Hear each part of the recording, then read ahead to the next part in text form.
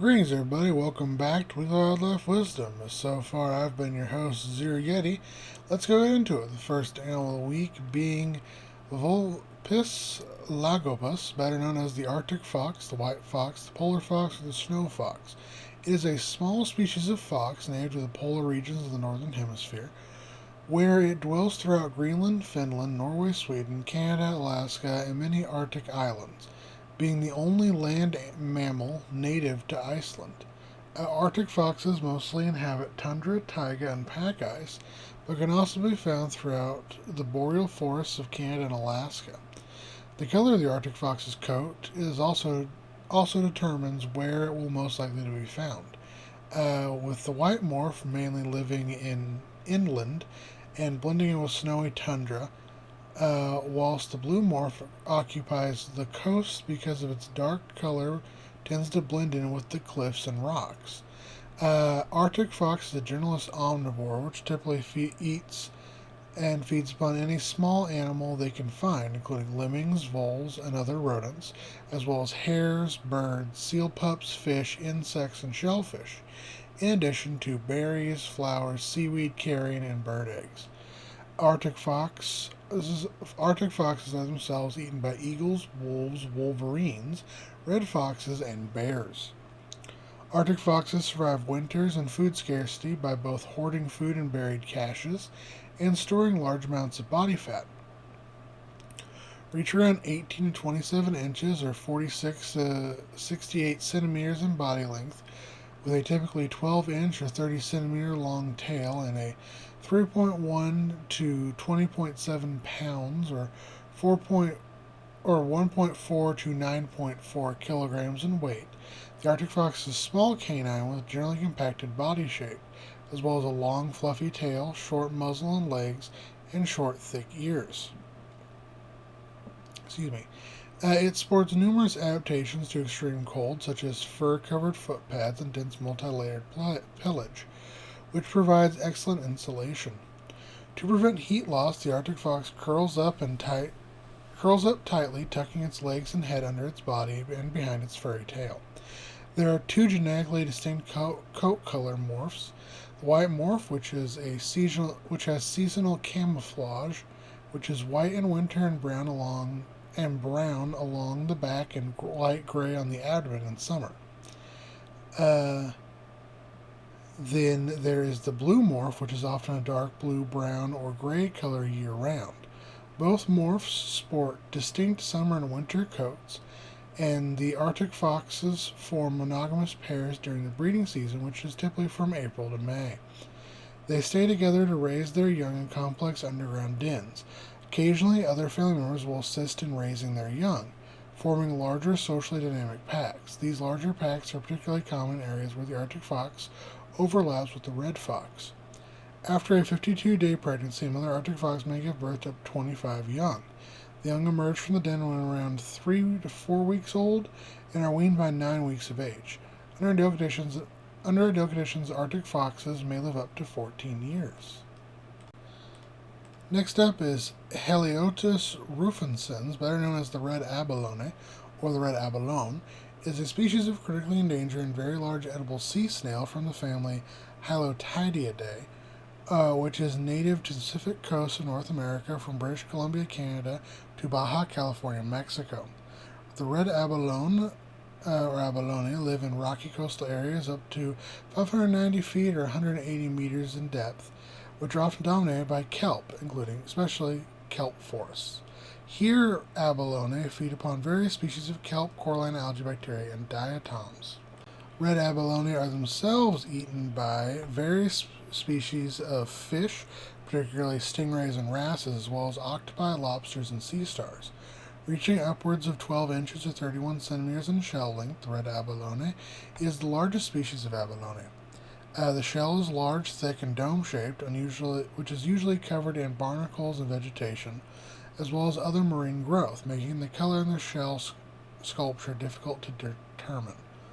It is usually a dull brick red color externally, and typically the shell has 3 to 4 slightly raised oval holes or respiratory pores, although specimens with no holes and others with more than 4 have been found.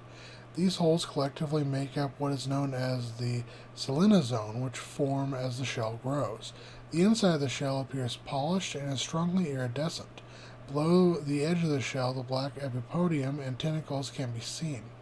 The underside of the foot is yellowish-white in color, and at the northern part of their range, breeding occurs from April to July, and in the southern part of their range, breeding may occur year-round.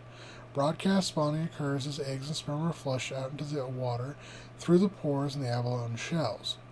At first spawning, a young female broadcasts only a few thousand eggs, whereas a large adult spawns anywhere as many as 6 million eggs.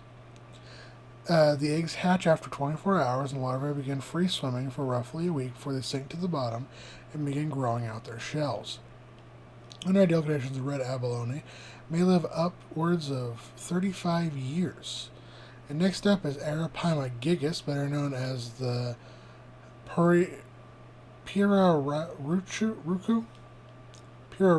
the giant arapaima, or simply the arapaima, is a species of large fish which, along with the slender arapaima, Agassiz arapaima, and the mappa arapaima, make up the genus Arapaima. They are native to the rivers, wetlands, and lakes throughout Bolivia, Brazil, Colombia, Guyana, and Peru. They have also been introduced throughout Thailand, Malaysia, and India as both food and sport fish. The arapaima is an air breather which uses a labyrinth organ to gulp air and absorb surface oxygen, giving the fish advantage in the oxygen-deprived water which has come to the Amazon River basin. They are omnivores, which feed upon fish, crustaceans, fruits, seeds, insects, amphibians, reptiles, birds, and small mammals. Reach around 6.6 to 10.1 feet, or 2 to 3.07 meters in length, and 110 to 440 pounds, or 50 to 200 kilograms in weight. The giant arapaima is amongst the largest freshwater fish on Earth.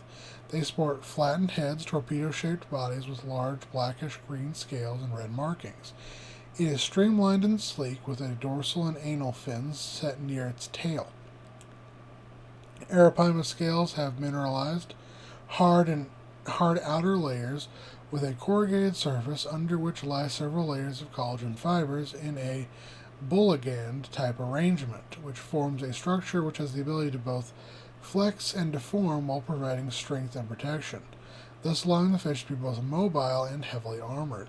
Spawning occurs in lakes and river channels during the time of low water levels, which typically is around August to March. After the young hatch from eggs laid on the nest constructed by both parents, they are cared for by their father, who broods them in his mouth for around 3 months. The mother, in turn, helps to care for and protect said father.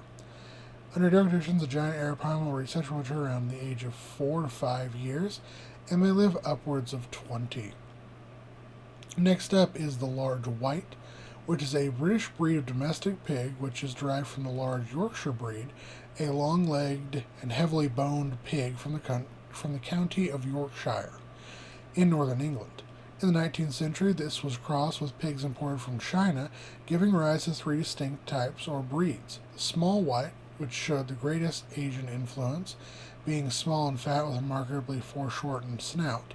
There's the middle white, which also showed some foreshortening of the face, and the large white, which has the least obviously influence of the Chinese admixture. It may have also been influenced by the Cumberland and Leicestershire breeds, with the large white being recognized officially as a breed in 1868, and a herd book being started in 1884. In turn, the large white itself is the ancestor of the American Yorkshire breed, with sows reaching around 573 to 661 pounds, or 260 to 300 kilograms in weight, and boars reaching 772 to 838 pounds, or 350 to 380 kilograms in weight. The large white is a big yet lean breed, which is distinguished by their picturesque bearing, erect ears, slightly dished faces, white color, pink skins, and long, deep sides. The large white is highly valued for its quality banquet and ham production, and the large white is regarded as a rugged and hardy breed that can withstand variations in climate and other environmental factors. Their ability to cross with and improve other breeds has truly made them a factor nearly everywhere commercial swine is produced. They are also well known for their large litter sizes of around a dozen piglets, quality milk production, and excellent maternal instincts. Under ideal conditions, a large white pig may live upwards of 20 years. Next up, we have Phytocinopterus rosianus, better known as the greater flamingo. It is a flamingo species native throughout much of Africa, southern Europe, and the Middle East, as well as the Indian subcontinent and various Mediterranean islands. Here they inhabit mudflats, rivers, deltas, lakes, and shallow coastal lagoons. Using its feet, the bird stirs up the mud and then sucks the water through its bill and filters out various invertebrates, plankton, seeds, and algae on which it feeds. Aside from the occasional human, crocodile, big cat, baboon, or hyena, adult greater flamingos have few natural predators. However, eggs and chicks are frequently taken by raptors, crows, marabou storks, and particularly yellow-legged gulls. Reaching around 3.6 to 6.2 feet or 110 to 187 centimeters in height, and 4.4 to 9.9 pounds or 2 to 4.5 kilograms in weight. The greater flamingo is the largest living species of flamingo. Most of the plumage is pinkish white, but the wing coverts are red, and the primary and secondary flight feathers are black. The bill is pink with a restricted black tip, and the legs are entirely pink. The chicks are covered in gray, fluffy down, while subadults are lighter in coloration with dark legs. This is because the flamingo's coloration comes from the carotenoid pigments in the organisms they eat. A social species, the greater flamingo lives in large flocks and breeds in large colonies. They are a monogamous species which perform synchronized dances which involve neck stretching, preening, and wing movements in order to form a mated pair. Once together, the two partners will build a mound of mud with a single egg. It is incubated for 27 to 31 days by both mother and father, and is fed by regurgitated crop milk for the first 3 to 4 weeks of its life. After this, it will begin filter feeding, and at 10 weeks old, the chicks fledge, but they will live in a creche that's looked over by non-breeding adults for another month thereafter. Under ideal conditions, the greater flamingo reaches sexual maturity around 2 years old and is upwards of 80. And next up is Abalone mutica, better known as the smooth softshell turtle. It is a species of North American softshell turtle in the family Trionychidae, which is endemic to the United States in North America, where it inhabits the Mississippi River system along with other adjoining waterways that empty into the Gulf of Mexico. They prefer unpolluted waters with moderate to fast current and a fine sand or silty mud bottom in which they can bury themselves, leaving only their nose or eyes exposed as they wait to ambush prey in the form of passing fish, invertebrates, or amphibians. Although primarily carnivorous, it sometimes resorts to eating vegetation such as algae, vegetables, fruits, aquatic plants, and nuts. Smooth softshell turtles are themselves preyed upon by bears, alligators, crocodiles, and birds of prey. Female smooth softshell turtles are larger, reach around 6.5 to 14 inches or 16.5 to 35.6 centimeters in length, compared to males which get around 4.5 to 10.5 inches or 11.5 to 26.6 centimeters in length. Like other softshell turtles, smooth softshell turtles have a carapace that is covered by skin instead of the hard scutes commonly observed in other turtle species. The coloring of the carapace ranges from olive to gray to brown to orange. It has a long neck, powerful webbed feet, and a tubular snout with round nostrils, giving it a pig nose. Breeding of the smooth softshell turtle occurs from April to June. During such time, each individual turtle may mate with several others. I'm stumbling over my words, apologies. About a month after mating, females will dig a nest in the sand up to 330 feet or 100 meters away from the water. Here she will lay 1 to 33 eggs, and said eggs hatch after 8 to 12 week incubation period. Under ideal conditions, the male smooth softshell turtle will reach sexual maturity around 4 years of age, and females at around 9.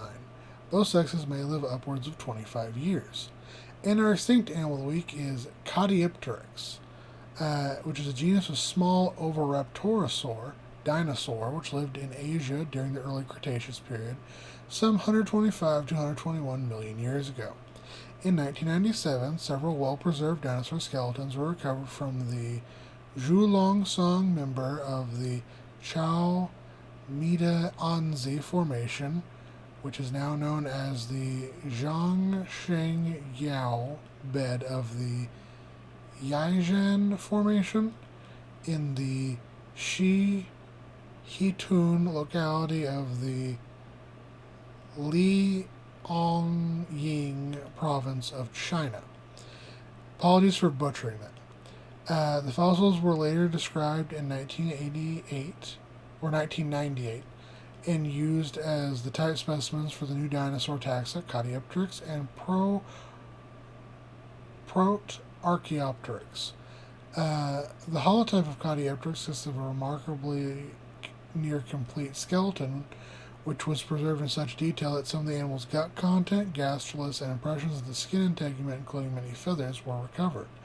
The name Caudipteryx means tail feather, and the specific name Zoyi or Zoyai is a honor of Zhou Yizhang, Zhihang, Zhou Zhihan, for his prominent support of the scientific community as the vice premier of China.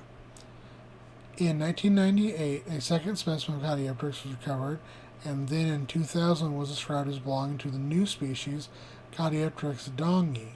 The specific name dongi refers to Jiming Dong, a Chinese paleontologist. Since then, 3 additional specimens have been found, reaching around 2.4 to 3 feet or 72 to 90 centimeters in length, around 11 pounds or 5 kilograms in weight. This Maniraptoran sported a stout trunk, shorter tail, and long legs, and was probably a swift runner. Caudipteryx had a short, boxy skull with a beak-like snout that retained only a few tapered teeth at the front of the upper jaw. The hands of Caudipteryx sported symmetrical pennaceous feathers that had veins and barbs. The primary feathers were arranged in a wing-like fan along the second finger, just like the primary feathers of birds and other Maniraptorans. In addition, the fan of feathers existed on its tail. The body of C. Joui was covered in black feathers with a visible banding pattern presented on tail feathers. A study on the number of flight feathers has concluded that Caudipteryx was secondarily flightless. In life, Caudipteryx would have been moderately social omnivores feeding on various plants, fungi, insects, and small vertebrates. As always, take care of my guys, gals, non-binary pals.